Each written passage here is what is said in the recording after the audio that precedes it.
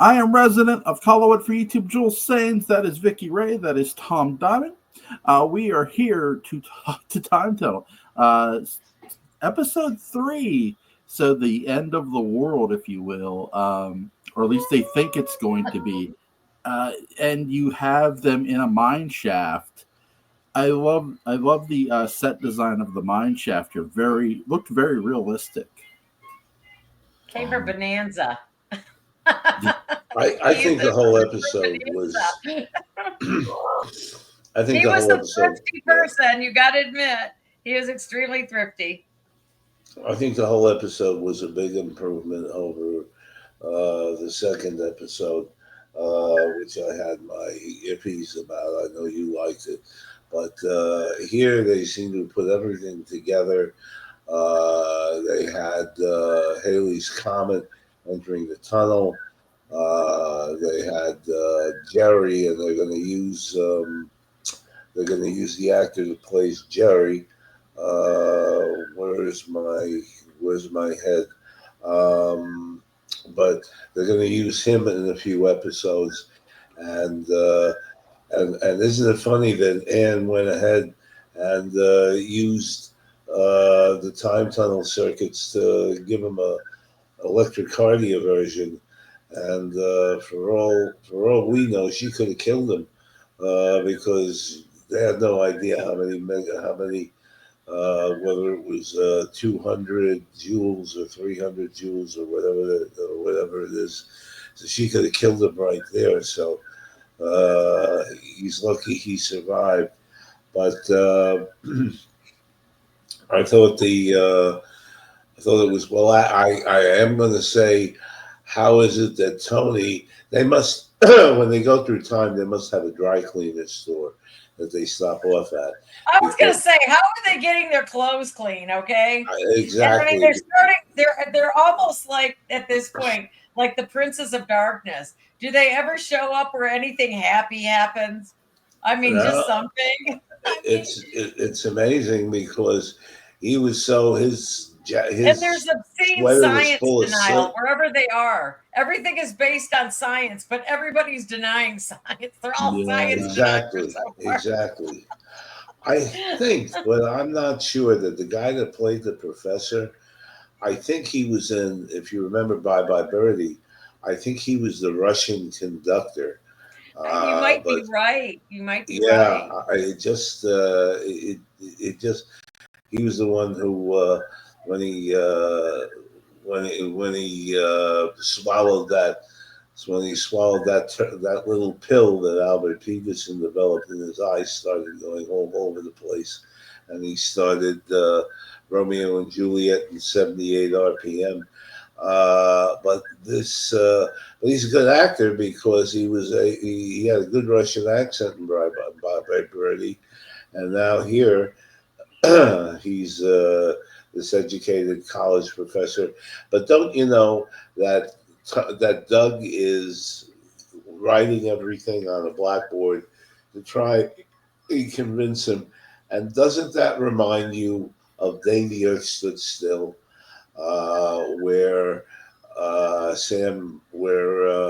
Michael Rennie, who played the alien, and Sam Jaffe had the blackboard in his library, and Sam Jaffe was going ahead, and Michael Rennie was correcting Sam Jaffe's equations.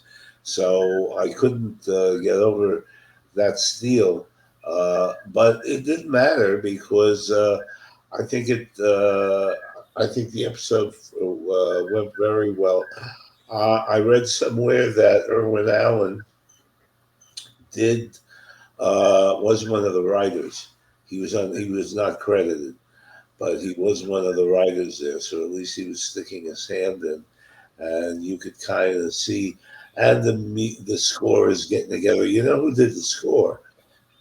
Johnny Williams, aka John Williams, who went on to do Star Wars and all those and Superman and all that other stuff. That was John Williams at the time.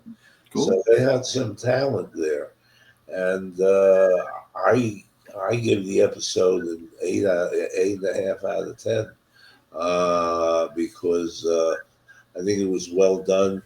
Anne looks like a mess, She and finally got some actual verbiage in this, though. I mean, they finally bumped her up to like like a guest star almost. Instead of just uh, being pretty, she actually could tell that she had a dog in the fight. She was vested in Tony and Doug, and she was worried about them. But there's definitely a whole lot going on in this episode. You've got a couple of volcanic eruptions going on. You've got, right, Haley's comet coming, and they're all more worried about the gas coming off the tail of the comet, wiping out the planet than anything else. And I mean, right. and you've got this mine cave in. So this is a really busy episode. You know, It's a it's busy got the town. episode. It's got skeptical authority figures. It's just like, well, what the hell? You're going to get killed anyway. You might as well go and help somebody. Yeah, So I mean, it just there's just a lot going on, and the dynamic with all the men. It's like you got Tony. Well, you got I guess Tony's the really like the more emotional of the duo throughout. No matter what they they seem to pointed that out. Yeah, the talks. yeah, Yeah, Doug is just more like, okay, we're gonna figure this out and calm down first, and just like so practical. they're almost like a married couple at this point. Their partnership has turned into it's starting to evolve, obviously, as you get into more deeper into the series. It was interesting. I really enjoyed this though. But the part about the Haley's comment, I was Mhm. lucky driving through Vermont back in '88. I think is when it came back through. No, wait, '86. It came back in '86, and my boyfriend and I were driving back to New Hampshire because I went to a school in southern New Hampshire. And I remember seeing the comet, and let me tell you, it didn't look nothing like that. It wasn't coming head on like it was going to blow up the planet. That was great, though, how they just had it coming like the sun. I Yeah. mean, like it wasn't going to, divert in any capacity off of its trajectory. I mean, it was just a cool episode. Like I said, it was very busy. Didn't give you a minute, really. There's always something going on. There Sure. was crisis, you know. And that was Sam Groom, by the way, who played Jerry, and you're going to see him in a few episodes. And I kind of liked him. He was kind of like a fifth wheel to the rest of them. But they had him they had him doing some interesting stuff, and I really think that this the idea of the comet coming into the tunnel, and I mean, what a disaster that would have been.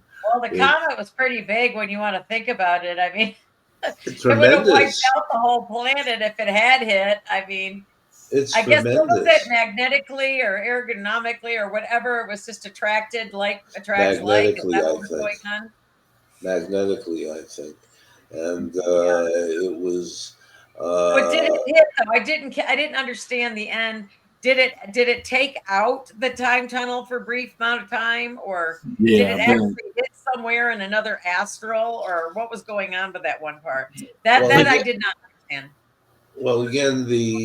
there was um, a planet in front of, or an asteroid that was it was kind of like a black, not a black hole, Is but that what that was? See, I thought the time tunnel was what was blocking them from seeing. I thought that was what they were dealing with on the well, radar. what they couldn't see was what they couldn't see, and what Doug and the professor figured out with the Nichols radiometer was this asteroid in front of the comet that, Oh, okay, okay, gotcha. Okay, that yeah, makes sense now.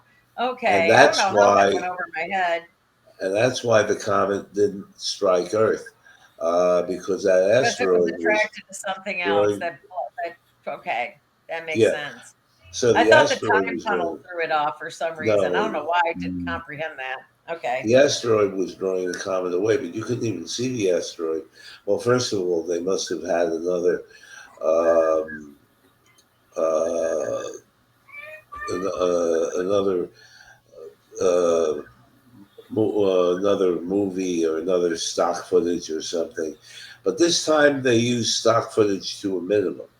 and which Stanley was Neely good. used the mining town from like That I think it was from Bonanza and what else? Bonanza and something else. I can't maybe remember the what else. Virginian, maybe the Virginian, who knows, a Yeah, Bonanza or whatever. But it was the idea, and the guy who played the I don't know if you'll remember him, Vic, but the guy who played the head of the miners that gave I Tony know a his name. I know him. I've seen him, and I was just like, Yeah, he's he was on General Hospital in the yes. 60s. He was on General Hospitals. I think he was Peter Taylor, but I'm not sure. But Gosh, I'd have to look that up. he was That's so. I don't know if I could remember that. he was he a also doctor on General Hospital. I remember. I Hardy, that remember wasn't that. Doctor Hardy. He didn't play Doctor Hardy. No, No, no, that's John no, it's definitely Berardino. not Doctor Hardy. That's John I can't Berardino. believe I even know any of that stuff. That is just bad. Oh, I used to watch it before Dark Shadows I mean, the because Restless came in '76, and then it was over. before One Life to Live started in '68, I was watching General I so miss Hospital. One Life to Live. I loved that one. I just so bummed when they took that off. mm, But key Uh, theme, what do you think? Are they always going to have human perception of conflict and natural disasters, these two? I mean, is that going to be their persona, their moniker? I mean, their MO. I mean, it always seems like everywhere they are, they're causing widespread panic. yeah, It's like what's mm, going on with Tony and Doug? yeah. And the guy who plays the You know, head of the they sold, you know what, in real life, though, I looked this up. When Halley's Comet actually passed by the Earth in 1910, it actually did spread. You know, people thought it was D-Day. They're going to die. yeah, People generally feared the cyanogen gas in the comet's tail. They thought it was going to poison them. And people actually sold comet pills and bottled air because they thought that they would need it. I thought that that was interesting because I go, is there really a comet scare in 1910? And people just lost their minds. They really did think that this craziness was, going to happen. so So it was kind of interesting. it's like really based on a true story then. Yeah, kind of, Uh, but the thing is that was like, but you still got all this skepticism towards science in and having a blind panic, even though the science is right there, which seemed to be, I don't know, if they seem like they're constantly going to be frustrated because they want to, so to speak, pardon the pun, follow the science. But yeah, everybody who's a scientist doesn't who's doing wonderful things at that time doesn't believe mhm. that science can achieve that at a later date. So they're always got some obstruction, no matter yeah, what, or at least up until now. yeah. That it's an interesting plot device that they have that too.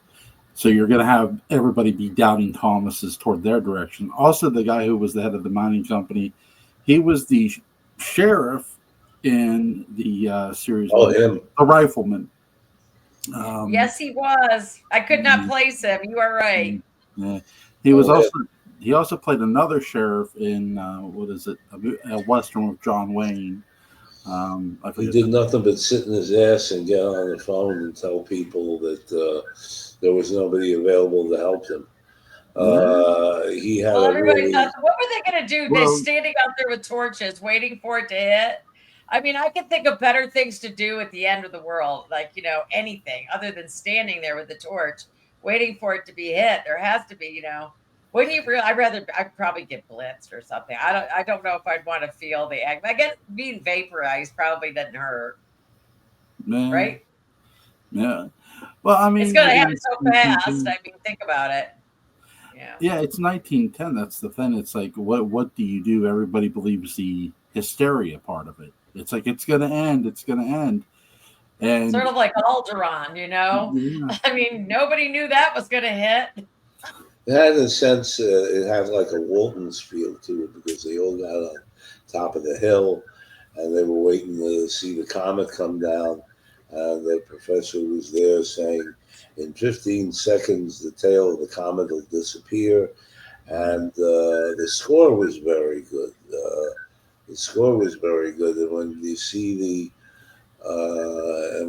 the tail disappear, you see the reactions among the people up there, And they all kind of look like I was expecting to see John Boy and his family somewhere up there, but um, it was it was a well done it was a well done recreation, and I'm sure they had fans to simulate the wind that was blowing through the tunnel and stuff like that. But I'm wondering where all the papers came from, because there were only so many papers on the desk. Well, maybe they came through, I don't know. It was, well, when the comet was coming through, it was probably kicking up all kinds of astral or whatever, supposedly. Maybe Uh, sucking Mm. things in from different, planes.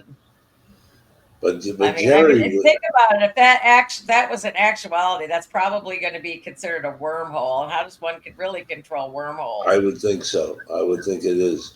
Although I still get a big kick out of looking at that kaleidoscopic uh, time travel mechanism. I don't think there's anything else like it. Uh, you have to connect me so I can have a bad trip one time, or a good trip, Right. with your numerous connections in Florida, Vicky. But seriously, it was. It was it's just a joy to see. If you figured there had to be a time barrier, boy, the time barrier. I mean, you could really believe that that's a time barrier. Yeah. Not like what you see in the Superman DC comics, where he's going through rings and rings, and you hear Z Z Z, that kind of thing.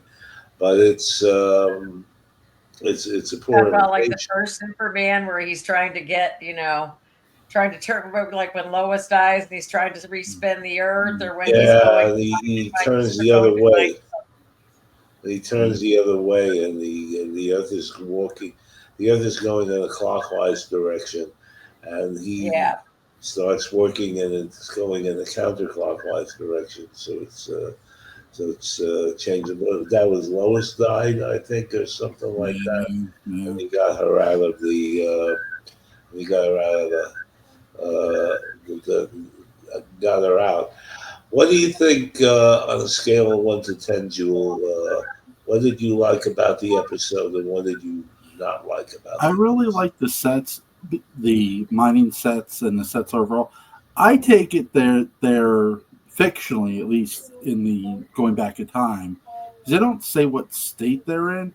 I think they're in West Virginia, personally, Mhm. but I could be wrong. That's what I thought of Walton's. There was I a mean, I mine get that that I was feeling. trying to figure out. There was several mining collapses around that time, and I was looking for one Mm, that buried 200 men. Morgantown, mm, that kind of thing. There Where was they, one in California area too, yeah, Oregon, the Silver Hills. I mean, back then, everybody was mining for silver. uh mm. huh. And But they I would give go ahead. sorry, I give this an 8.5 out of 10. It's very Me entertaining, too. and the fact that you have the two men disappear before the miners get out was a very creepy touch to the end of this. And to get the professor to believe the guy who saw the Haley's comet to believe, them, really you had a very good struggle between both men and what they had to do. And with any It's series, got no to matter be how frustrating. Their warnings mm, lack credibility. well, that's the thing. No matter how science fiction something is, or how you always want that sense of realism with your characters. That's something Dark Shadows had constantly, Right. and Right. so does this. It has a constant realization of the characters, and you feel that peril for them because it's all over their face. They block or sell really well with their face, which is great. Which is good. What did you think, Vicky, on a scale of 1 to 10? On a scale of 1 to 10, I'd give it a really good 8. it kind of dramatizes how knowledge doesn't always guarantee control, Yeah. Uh-huh. especially unpredictable power of nature. I mean, basically most of this is just we have no control. And I mean, so far, we truly don't have any control. I mean, we have all these natural things, icebergs, Haley's Comet, volcanic eruptions. It just makes us look, we're just really kind of small in a universal way sometimes. You bring an interesting perspective to the situation, because if you're thinking, Irwin Allen is dealing at this point with natural disasters and how Tony and Doug react to them. And you're going to see later on there's an They're episode. helpless to alter the course of nature. Try as Yeah, they might, they're helpless. you're going to see other natural disasters and how they deal with that. I don't know if there are too many more, but definitely. And that reminds me of what he did later on with the Poseidon Adventure and and the disaster movies, each involving a force of nature that threatened to make people lose control and endanger their lives. And I think that's what Irwin Allen uh, became kind of specialized in the 70s, doing movies like that. And this may have been his training ground in the 60s, doing something like the Time Tunnel that had them facing Nash and the Titanic with the iceberg, this with the Haley's Comet. You're going to have something later on. One episode, and I'll give a spoiler, will involve Krakatoa, which is a very good episode.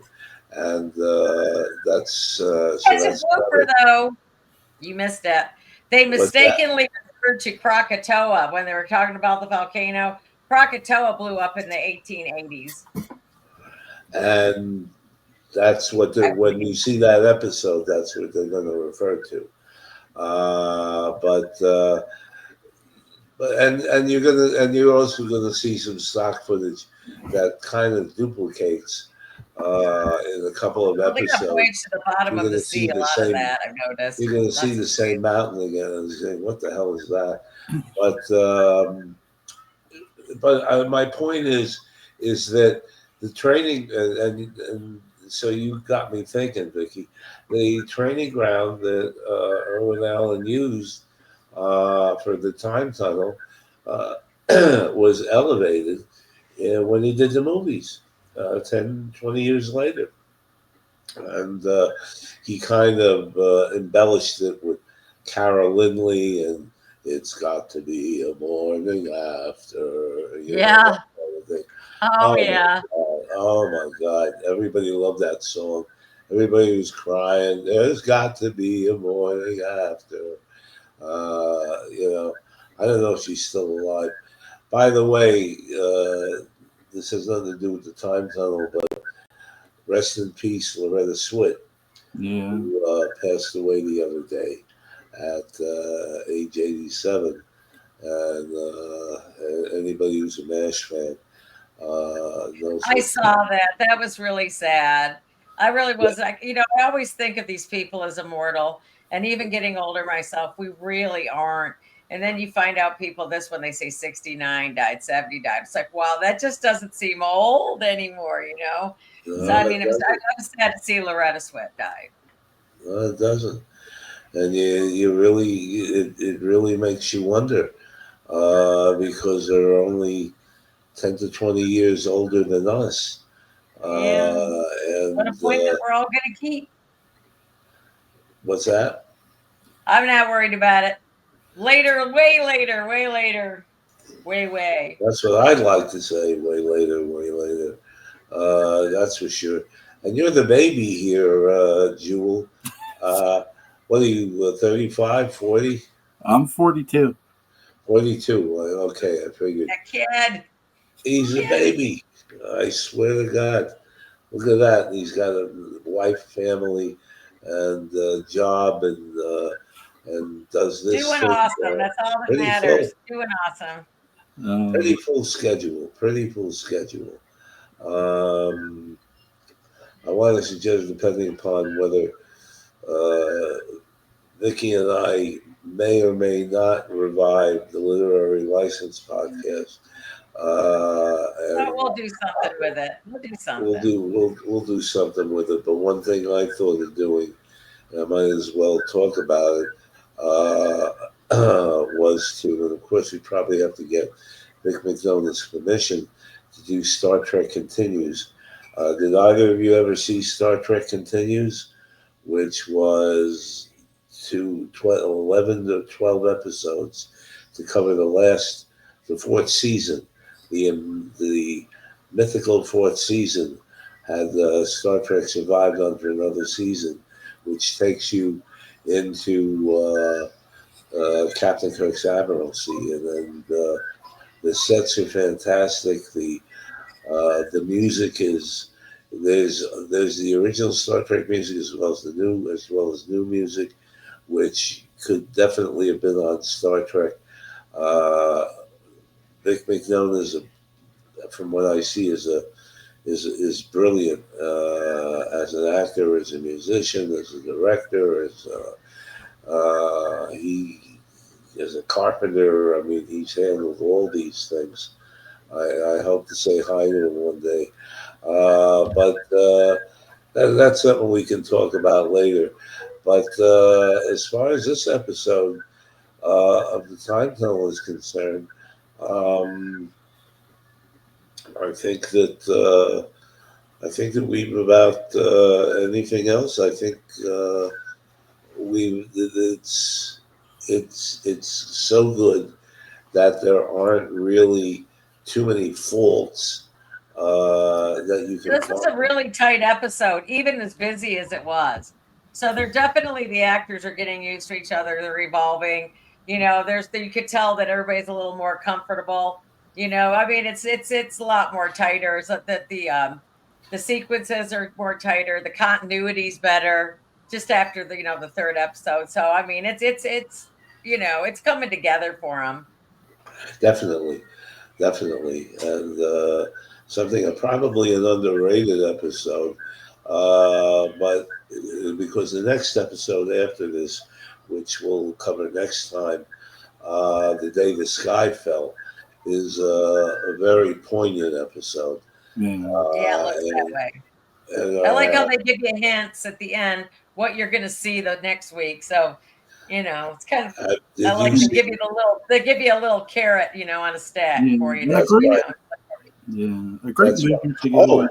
So, I'm well, glad. I'm glad you reminded me. Do you remember they had a little vignette where Tony lands in 1958 in Arizona? yeah. oh And yeah, that's right. We didn't mention that. He's where the yeah, time yeah, tunnel was. and meets Okay, yeah. Jiggs, and that was good. And meets Jiggs, but doesn't know Jiggs doesn't know who he is, and Jiggs doesn't have a mustache yet. And then you see No, the 1958 Doug with the bow tie, Yeah.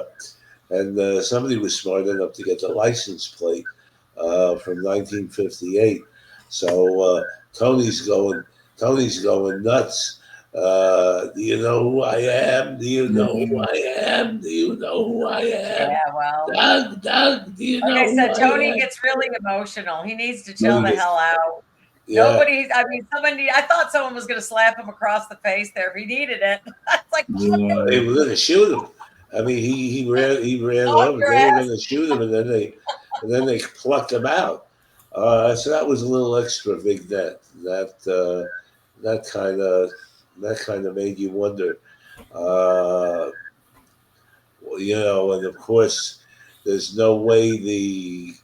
What I'd like to know is why Jiggs didn't remember Tony showing up in 1958, Yeah. and because if he had, or Doug, well, Doug probably wouldn't have remembered because he didn't know who he was at the time. But Yeah. what Jiggs was involved with was stopping a fugitive, and he were able to remember Tony. Then they could have gone to 1958 and picked Tony up and brought him back. But then again, they're not gonna fool with the plot that badly. But it was still fun to see. It was a nice big net, and so that's something to definitely remember Yeah. about. Anything else, guys? Yeah, a great movie to go with your next episode is The Final Countdown. Um, I love that movie. Don't yeah, I absolutely freaking love that movie. A lot of people probably I think it's a sleeper movie now. And it yeah, didn't really 1980 really didn't get a lot of attention, but it is an excellent film. yes, yeah, great Truly. Have you seen story. it, Tom? No, You've ever seen Final it, Tom? The Countdown. Final Countdown? What is it? Oh, you'll like it. It's with Kirk Douglas. You gotta watch it. I'm Mm, telling you, it's totally up your alley. What is it Martin called? The Sheen's in Final it. You will Countdown. like it. It's called yeah, The Final Countdown. It's about the USS Nimitz going back in yeah, time. You Oh, gotta I know watch what that's about. The time travel thing where they go yeah, back to Yeah, the Pearl 1940s. Harbor. Oh, I saw that. yeah, That's an Oh my excellent God, it's movie. one of my favorite movies. That's Really yeah, an is. excellent movie. yeah, Where they go back and it's like that You Bermuda think they're gonna beat Triangle the effect. Japanese, but it is what it is. yeah, It's that It is what it Bermuda is. Triangle. I saw it when it first came out in the movies. yeah. It's excellent. It's 10 out of 10. And I'm kind of glad Kirk Douglas decided to decided to star in because he could have done he could have done more mainstream, but he decided to do this genre thing, and I think it was really good. I Yeah. think it was. I think I Kirk think it was. Douglas just wasn't afraid to try anything, tell you the truth. I mean, he was just, I mean, he couldn't do no wrong. I mean, he had a couple of crap movies. Who hasn't? But even his crap movies are still recognized, you know? Yeah, That's for sure. yeah. He spoke. And this comes from my Semitic background. He spoke Yiddish fluently. I saw him in person in New York. Intelligent man. What's that? He was an intelligent man. Oh, yeah, definitely. And he missed his bar mitzvah, I think, when he was 13 because they were too poor to have one for him. So you can have a second bar mitzvah later on. I think Right. you got to be 86 technically to have something like that. But Well, he anyway, lived, what was he, 104 when he died? Something like he, that. he 103. He was was very old. old. He was very I old. mean, he had some longevity. You never expect that from Hollywood. I mean, they're so hard on the drink, they smoke, I mean, they all drink and smoke, Well, especially back then. I mean, and everybody Margaret had a cigarette hanging out of their mouth. I mean, it's amazing. It's just, and Margaret's he still just alive. had just a totally amazing career in life. My favorite Aunt Margaret, who is still alive, and she's in her late 80s. She Secondary to still looks you, of course, fantastic. Vickie. But seriously, Aunt Margaret, I don't think she ever imbibed this smoke. She was very, very devoted to Roger Smith. No, I think she took care of herself. A lot, like most of those ladies did, but Yeah, I think so. it is what it is.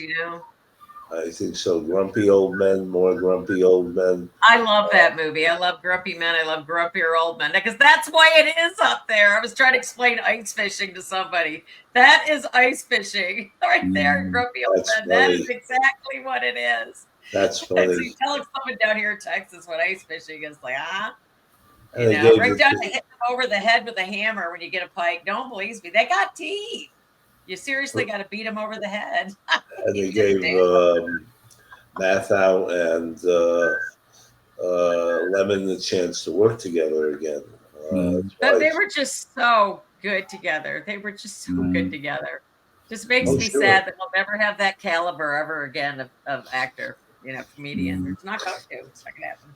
mm. There are too many people passing on. And I guess we got to be thankful for the ones that are left. It's simple as that. Wouldn't it be nice? I don't know if it can come off, but wouldn't it be nice if we could get either Robert Colbert or Lee Merriweather to interview with us? That's something. What do you think of an Well, idea it's like something that, I Sheila? could we can strive for. I still put We feelers can, out Mm, there. We always mm, got lucky with everybody else. what do you think? You think we could? Think we could have? I'm not saying it's going to come off, but do you think we uh, could have a special Right. based on one of them? sure, Uh, sure. I could fire up the old, the old well, we got Rolodex. well, The we old got Rolodex. plenty. Well, we got plenty of time to go because IMDb, actually, that's the Rolodex. we She's have on 20 IMDb. we have 26 more episodes Yeah. of the time tunnel to look at, and I'm certainly looking forward to the next one. And yeah, it did have the did have the preview where they Yeah. land in World War II the day before Pearl Harbor, Yeah. and the guy, and I think he was in Goldfinger, I'm not sure, but he looks like one of those Bond villains. The bald Japanese guy with the knife, I know. Yeah. with the Yeah. samurai sword, Hotz, yeah. and there's a blooper associated with that, but I'll talk about that next week. You really have to use slow motion, and you have to be sharp to see it. But I read about it and I caught it, and but they were pretty tight with the bloopers. They really didn't do a bad job. Not like unlike Dark Shadows, which is They renowned didn't for do their that live. buffet. That just doesn't count. Mm. They just kept going. God love them. They just kept on going. Didn't matter. The show must go on. Well, the story was Curtis said nobody's going to remember this show. Housewives watch it, but so we might. They didn't have the money to fix it, so they said, "Oh, might as well let it go." Well, that's probably one of the most endearing things about the show, which I'm sure Julie covered in prior episodes of of DS, and it's but this was a nice change, and we'll see the day the sky fell next week, which is great. You guys are available. It's Yeah. far 8 o'clock. Yeah. 8 o'clock Sunday, 7 your time, big, and we can There's a proceed. tornado Any, or something. It's any like other questions, Jewel? phone's still going off. Was that? Was that? My phone started this morning. I had a rotating cloud. I put it on my Facebook. It's just like, well, it's just a little too early for this spinny shit first thing in the morning, but we're still here. Oh, that's funny. Gosh, oh my gosh! No, Anything? I don't have any more questions. But you have a I'm great cool. score here, and that's the thing too. The final countdown had a great score too. So It really, yes, it did. I think had a great score. did Horner do that? I gotta look that up. Who did That's do with the that? Nimitz. That's with the Nimitz. Yeah. There's also Right. something called The Residence that somebody told me about, which is on Netflix. It's a limited series, and it talks about government stuff and government intrigue, and it's supposed to be very good. And she and I are going to catch that. Right now, we're on. Right now, Sharon. Well, Sharon and I have seen all the Frasier episodes. We're hoping there will be a Oh third God, season of Frasier. my mother, when I go home, makes me watch Everybody Loves Raymond, all of the episodes. Every time I'm home. Oh God, Sharon likes that. Oh, it's actually a great show. I'm not such a, but we went through Cheers. We were watching that for a long time, and we're kind of hoping that there is a third season because George Wendt, who played Norm Peterson on Cheers, just passed away a few days ago. I So know, that's so we're, sad. yeah, so we're hoping maybe they'll have a. Everybody's just leaving us. What's that? Everybody's just leaving us. I know. So hopefully we'll have a Cheers reunion episode or something. I understand that Ted Danzig and the Kelsey Grammer didn't talk to each other for 30 years, but they're talking again. And if there's a third season, Ted Danzig may appear on the show. God, man, I've been pissed at people, but even I don't hold a grudge that long. 30 years, can you imagine? I mean, I'll go a couple years. I mean, I've gone a few years for just being a bitch. But I mean, after a while, even I relent. You know, it's just Egos life that is must too have. short. It really is too short. The older I get, boy, the Life more is too short. You're absolutely right, Vickie. Life is too short. You can't just, I mean, you can't just stay mad at somebody forever. There are friends that come and go, but good friends are always there, and you have to treasure what you have. And I'll shut up now until because I'm starting to get bored. Uh, Start getting the tissues out. Uh, uh, Jewel, go ahead. link to the literary license podcast is going to be in the description box for some Dark Shadows videos. If you guys do get another thing up, another YouTube channel, please let me know. I'll leave a link to it as well. But that is Vickie Ray. That is Tom Diamond. You can hit them up on Facebook. They're very nice people. Go check them out. That's debatable. You might not like our Facebook, but that's all right. Now, you guys have a great Sunday evening. As they Great say rest of in the English. Yeah, have a great Sunday evening. Be safe, folks. Bye, boys. Bye. Y'all Bye be bye, good. all. Stay Take